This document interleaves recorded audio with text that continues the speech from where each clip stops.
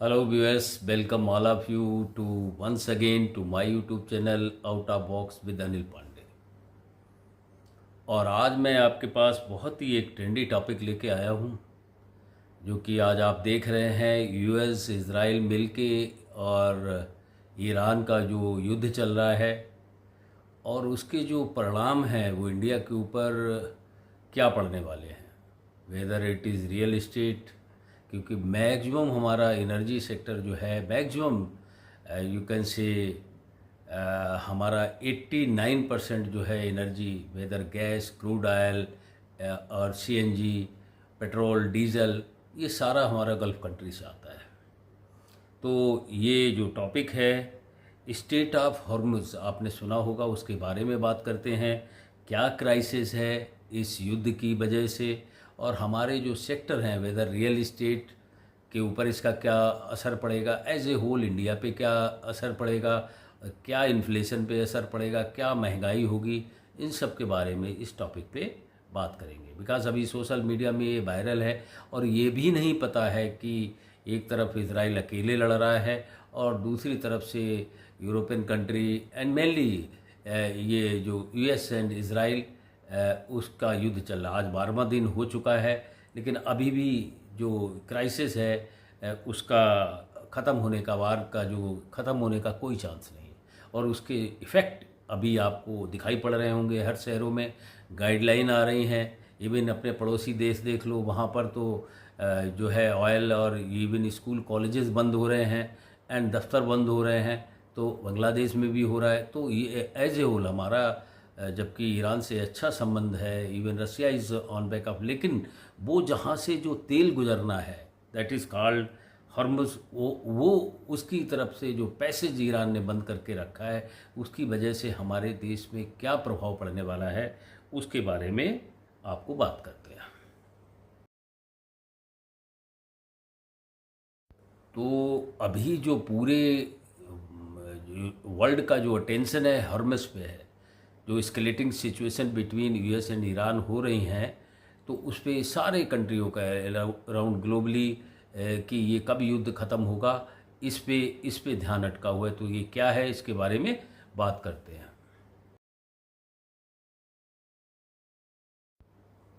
अब चूंकि gulf country जो है Iraq, Kuwait, Saudi Arabia, UAE, तो यही ऑयल प्रोड्यूसन की मेन इकनॉमी है, ऑयल प्रोड्यूसिंग, ठीक है। और यहाँ पर क्या हो रहा है कि यहाँ पर अमेरिकन बेस भी है।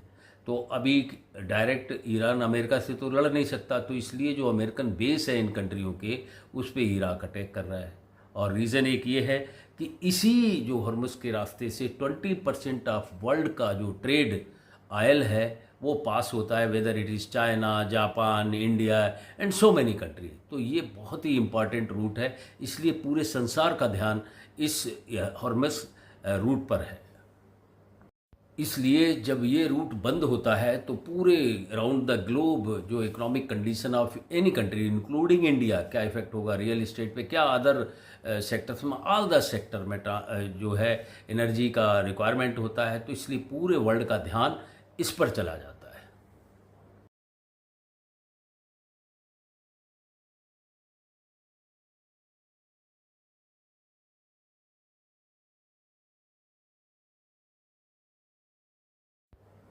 दूसरा पॉइंट है कि अब इसको हॉर्मुज़ को समझने से पहले पहले उसका बैकग्राउंड देख लेते हैं। ज्योग्राफी क्या है the state of Hormuz. The state of Hormuz is extremely narrow region. At its narrowest point it is only 33 kilometre, 33 kilometre का ये रास्ता है समुंदर के बीच में। मैं बहुत अच्छे तरीके से आपको ग्राफिक्स भी इसमें इंपुट की है, अपलोड किए है, तो उसके द्वारा आप ये रास्ता, इस चीज़ को समझ पाएंगे क्या वजह है। बिकॉज समुद्र तो बहुत बड़ा होता है, लेकिन ये जो हॉर्मुज़ है वो इट इज़ ओनली 33 किलोमीटर। यहीं से जो वर्ल्ड के ट्रेड ऑयल के जो टैंकर्स हैं, शिप हैं बड़े बड़े, वो इस रास्ते से गुजर रहे हैं। अगर इस रास्ते में ईरान जो है मिसाइल और अपने ड्रोन से अटैक कर दे और ऊपर से समुंदर में अगर अपनी जो जो वो बारूदी सुरंगें बिछा दे, तो फिर इस रूट में निकलना बहुत मुश्किल होगा। और वही हो रहा है, उसने ये route as of now block किया हुआ है। This creates a global choke point अभी चोक कर दिया है। जो भी ना तो सिर्फ ईरान के जो हरमुज से जो है जापान, इंडिया और चाइना की तरफ नहीं आ पा रहे हैं, और या जो तो उस वजह से पूरा ग्लोबल टेंशन लिए हुए कंट्रीज़ जो एक्सप्लोर करती हैं ऑयल, मेनली मैंने बताया Saudi Arabia, Iraq, Kuwait, Qatar and UAE, तो इनके बेसिस है, यही इनकी फ्यूल इकोनॉमी है, यही उनके कंट्रियों को चलाती है। तो वो जो है दूसरे देशों को, जो देशों की ज़रूरत होती है, वेदर यूरोपियन कंट्री, इंडिया, तो वहाँ तेल ये भेजते हैं।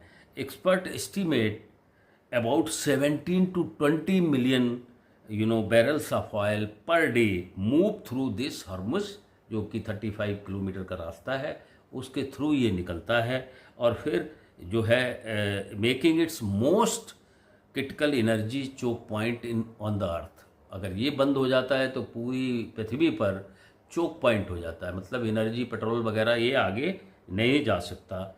Because Iran controls the northern coastline of state, ये नॉर्दर्न कोस्ट लाइन जो है उत्तरी तरफ, ये इसको कंट्रोल करता है हॉर्मस का, और it has significant strategic leverage in this region. अगर ईरान ये रास्ता बंद कर देता है तो आप देख रहे हैं अभी Trump initially thought it is a Venezuela, Iran Venezuela नहीं है, उसकी सभ्यता 5 से 5,000 पुरानी है, वो डटे हुए हैं, भले ही उतने उनके पास बॉम्बर और वो अटैक कर रहा है अपने फाइटर एयरक्राफ्ट से, लेटेस्ट वेपन से, और वो अटैक कर रहा है Iran with help of drone and missiles. तो अभी ये बात सोच रहे थे कि वेनेजुएला टाइप जाएंगे, और खमैनी साहब को तो खैर उन्होंने जो है किल कर दिया, लेकिन उन्होंने बहुत गलत काम इस में कर रहे हैं, और ईरान अपनी संप्रभुता के लिए, अपने कंट्री के लिए वो खड़ा हुआ है।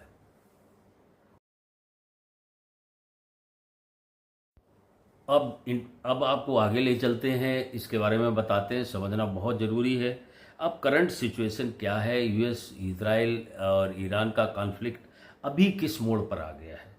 The situation escalating after both the side, they are also attacking with the latest bombs वगैरह जो है, मिसाइल वगैरह, इजराइल और यूएसए, इधर से ये लोग भी अपने ड्रोन, और ईरान जो है ड्रोन और इससे अटैक कर रहे हैं मिसाइल से। उनका मेन वेपन ईरान का मिसाइल है, और वो इतनी सस्ती है कि उनकी कॉस्टली जो मिसाइल, बैलिस्टिक मिसाइल है, उसका करीबन कीमत उसके हिसाब से देखेंगे तो नियर अबाउट 20 टाइम्स उसकी कीमत ज़्यादा है। तो ईरान चाह रहा है कि ये लोग अपने जो वेपन है, जो मिसाइल, लॉन्ग रेंज मिसाइल हैं, वो इनकी क्वांटिटी कम हो और ये ड्रेन आउट हो, क्योंकि अगेन उनकी भी इकोनॉमी पे असर पड़ रहा है। ऐसा नहीं कि ईरान तो अपने पे डटा हुआ है, और वो जो लड़ रहा है बहुत ही सस्ते वेपन से लड़ रहा है, और वो ड्रैग करना चाह रहा है अमेरिका और इजराइल को for longer term of war, so that there economy also should be drawn.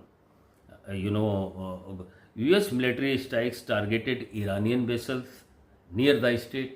अब ये हो रहा है, यूएस कर रहा है ईरानी वेसल को टारगेट। अब ईरान समझ रहा है डायरेक्ट यूएस के ऊपर तो हम अटैक कर नहीं सकते, बहुत दूर है। तो वो जो बेसिस हैं अमेरिकन बेसिस, जिनमें इनकी ह्यूज मैन पावर है, ह्यूज मटेरियल है, ह्यूज एयरक्राफ्ट्स हैं, जो कि यूएई, सऊदी अरब, कतर और इराक वगैरह में इन्होंने, या जॉर्डन वगैरह जो भी है, बहुत से बेस बना रखे हैं। तो वहाँ पर वो अटैक कर रहा है, और कहा भी है ईरान ने कि if you attack me then my country, so naturally है आई विल अटैक। एंड दोस्त कंट्री को भी वार्न किया है कि यदि आपने अपने बेस से इनको हमारे ऊपर अटैक करने के लिए दिया तो मैं आपके ऊपर अटैक करूँगा। इसी जो अभी जो यूएस, इजराइल और ईरान का वार चल रहा है, इसकी वजह से जो ऑयल प्राइस 65 डॉलर, $65 पर बैरल था, वो अब बढ़ के हो गया है 110 और 115। इसीलिए इमरजेंसी जो इनका होता है, stabilise the market, internationally energy agency announce a record emergency oil release from global reserve. लेकिन वो बाहर तो जाना चाहिए। अभी जो एक जाने का रास्ता है वो इतना नैरो है, वहाँ से ईरान जाने नहीं दे रहा है, तो ग्लोबली इम्पैक्ट अदर कंट्री पे पड़ रहा है।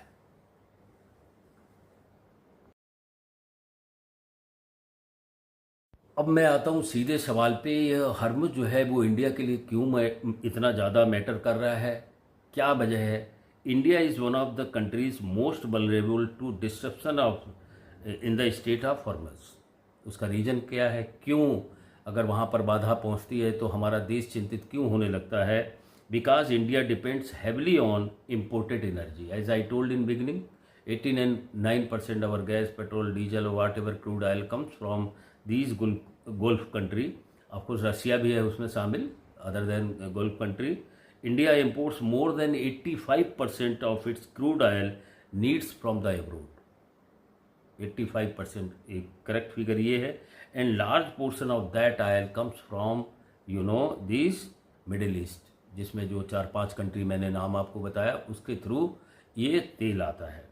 अकॉर्डिंग टू एनर्जी डाटा जो हमारा अवेलेबल है, 40 to 50% of India's crude oil imports pass through state of Hormuz. 40 से 50% हमारी जो ज़रूरत का क्रूड ऑयल है वो इसी हॉर्मज के थ्रू आता है.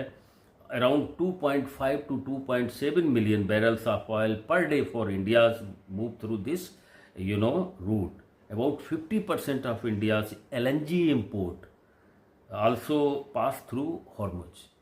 इसीलिए आप देख रहे होंगे जो बिग सिटी में कुछ अफवाहें भी फैल रही हैं. हालांकि इंडियन गवर्नमेंट बोल रही है ऐसा कुछ नहीं, हमारे पास 40 डेज़ का जो स्टॉक होता है वो है अवेलेबल, लेकिन फिर भी लोग होर्डिंग में हैं, लगे हुए हैं. उसके लिए भी गाइडलाइन गवर्नमेंट ने की है. लेकिन पैनिक तो सिटीजन में आ ही गया है, और अगर रियल में ये हो जाता है तो हमारी इकोनॉमी जो कि बहुत कुछ एनर्जी लेवल पे डिपेंड करती है वो सर्टनली डाउन होगी. It will effect each and every one in India. That means if this route is disrupted, सीधा सा सवाल है, मैंने बोला अगर ये रूट डिस्टर्ब हो जाता है जिससे 85% हमारा एनर्जी का जो भी चीज़ें आ रही हैं, then India could face serious energy challenges. और जब एनर्जी चैलेंजेस होते हैं तो ट्रांसपोर्टेशन में आते हैं, रॉ मटेरियल में आते हैं, स्टील में आते हैं, सीमेंट में आते हैं. जब कोई चीज़ आपका ट्रांसपोर्ट ही नहीं हो पाएगी तो चाहे आपका रियल इस्टेट हो, चाहे फार्मास्यूटिकल सेक्टर हो, चाहे ट्रेवल हो, चाहे ऑटो और whatever the agencies are there, उन सब पर इसका इम्पैक्ट पड़ेगा. Even oil continues to flow, insurance costs, shipping costs and delays increases which raises the prices domestically. इस अगर ये अड़चन आती है तो प्राइस और इन्फ्लेशन भी बढ़ेगा.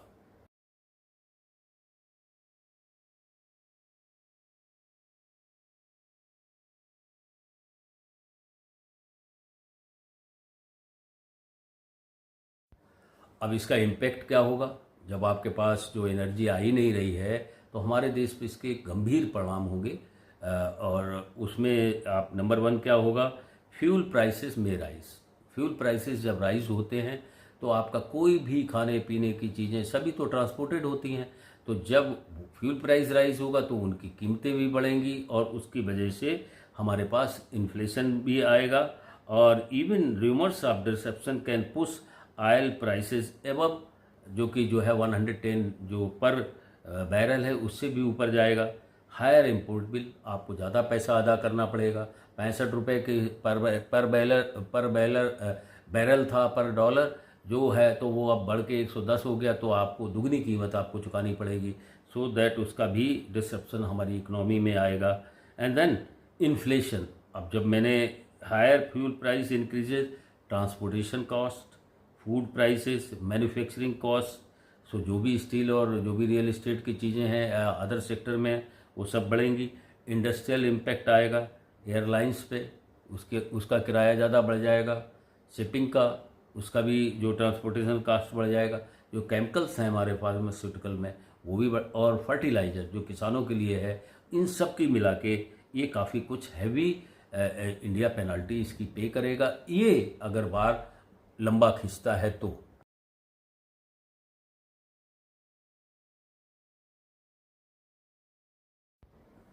अब ऐसा तो है नहीं कि ये सब कुछ हो रहा है तो हमारी गवर्नमेंट सोई पड़ी, ऐसा नहीं है. They are also doing the action, but may be that action is not sufficient.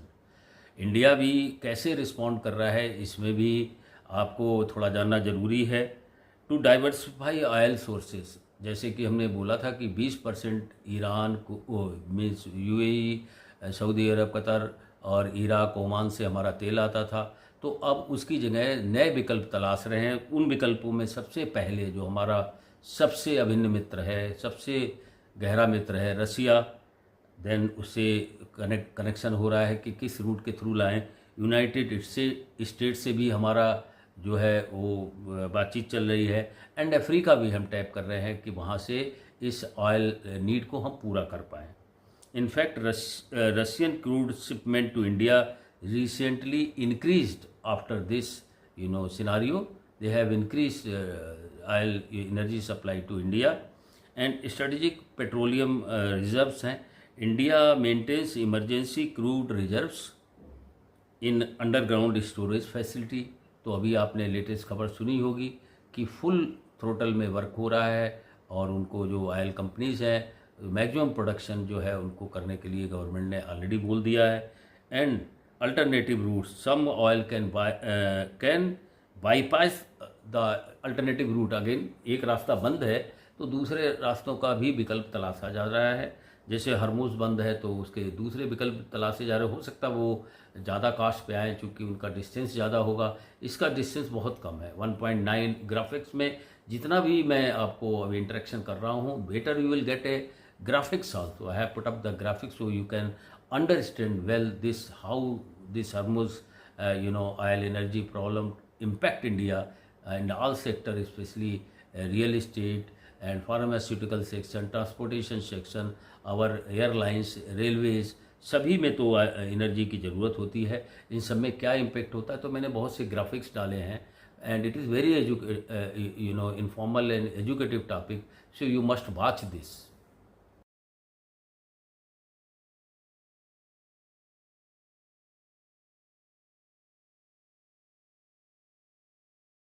अब इसमें फ्यूचर रिस्क भी है। अगर ये इसको ब्लॉक किया जा सकता है परमानेंट? यूएस उधर बम्बार्डिंग कर रहा है लेकिन फियर है, उधर माइन बिछी हुई है कि इस रास्ते को किसी तरीके से खोलें तो जो वर्ल्ड में फ्यूल प्राइस है उसकी कीमत डाउन हो और इकोनॉमिक कंट्री की संभले।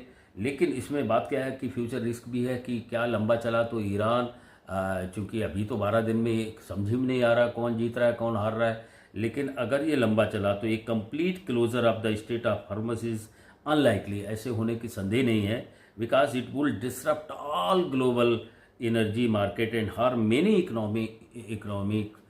Economics of the country including Iran itself. जब वो दूसरे को तो ठीक है आप ऑयल नहीं जाने दे रहे, लेकिन आपकी भी इकोनॉमी तो ऑयल ही है और मेन इकोनॉमी ऑयल है। अगर आप नहीं बेच पाएंगे, आप भी नहीं, तो उनकी भी इकोनॉमी एकदम डाउन हो जाएगी। Already maximum US and Israel are just damaging their infrastructure, तो इकोनॉमी ऑलरेडी डाउन है तो और डाउन हो जाए। क्या ईरान उसके लिए तैयार है? However even temporary disruption of military tension can trigger major oil price shocks. Even अभी हो सकता है 150 डॉलर पर बैरल ये ऑयल हो जाए तो फिर और इसमें मुसीबत होगी for countries like India, China, Japan and south Korea which receives most of its oil from this route. The stability of Hormuz is absolutely critical.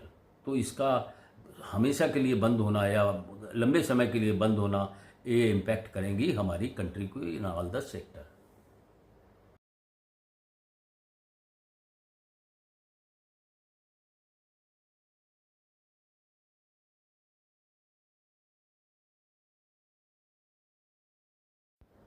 अब इस यूएस इजराइल और ईरान कन्फ्लिक्ट का कंक्लूज़न क्या है? What is the conclusion? The state of Hormuz may look like 35 metre, I told, narrow path और very small stretch of water on the map of sea, but it carries nearly 1/5 of the world oil supply.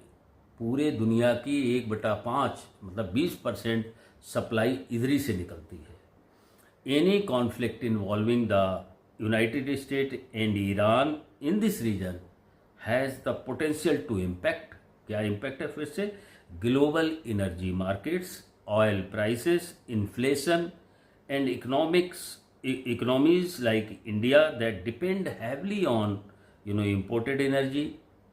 So in today's interconnected world, even a narrow sea passage, थोड़ा छोटा सा, बहुत छोटा सा रास्ता होता है, समुद्र बहुत बड़ा उसका जो है चौड़ाई और लंबाई होती है, उसमें 35 किलोमीटर का भी रास्ता जो है पूरे कई कंट्रियों की इकोनॉमी को बर्बाद कर सकता है।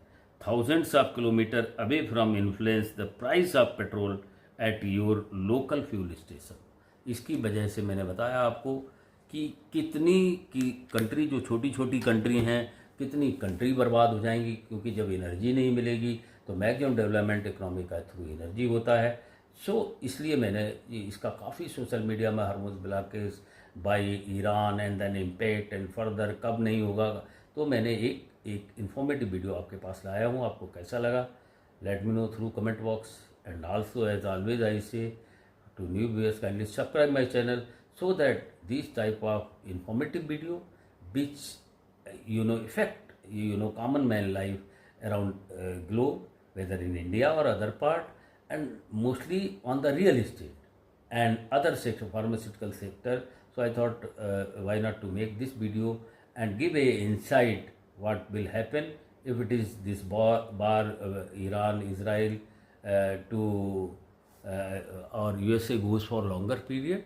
So how you like this video, let me know through comment box, and also do subscribe my channel, so I will be motivated to make this type of trendy video which will not only give you insight, will also help you to understand what is going on around the globe and what will impact on India. Till then, bye everyone. Also do share this video to your friends so that this update regarding this they also can get. Again, thank you everyone for watching my video on my channel.